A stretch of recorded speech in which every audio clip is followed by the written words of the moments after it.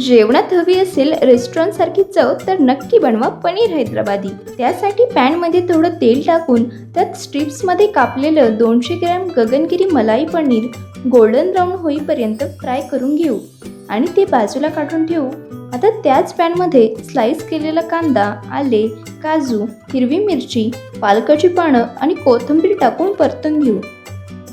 मिश्रण थंड झाल्यावर मिक्सर जारमध्ये टाकून त्याची एक पेस्ट तयार करून घेऊयात. नंतर एका बाउलमध्ये गगनगिरी दही घेऊन त्यात रेड चिली पावडर, धने पावडर, हळद, गरम मसाला आणि चवीनुसार मीठ टाकून चांगलं मिक्स करून घेऊ. एका कढईत थोडे खडे मसाले परतून त्यात केलेली पेस्ट घालून नीट मिक्स करून घेऊ. यानंतर त्यात तयार केलेलं दही मिश्रण घालून मिक्स करू आणि उकळी आल्यावर त्यात फ्राय केलेलं पनीर घेऊ. शेवटी वरून थोडी कस्तुरी मेथी, रेड चिली पावडर आणि गरम तेल टाकून मिक्स करून घेऊ. नंतर वरून चीजने गार्निश करून गरमागरम पनीर हैदराबादी सर्व करू.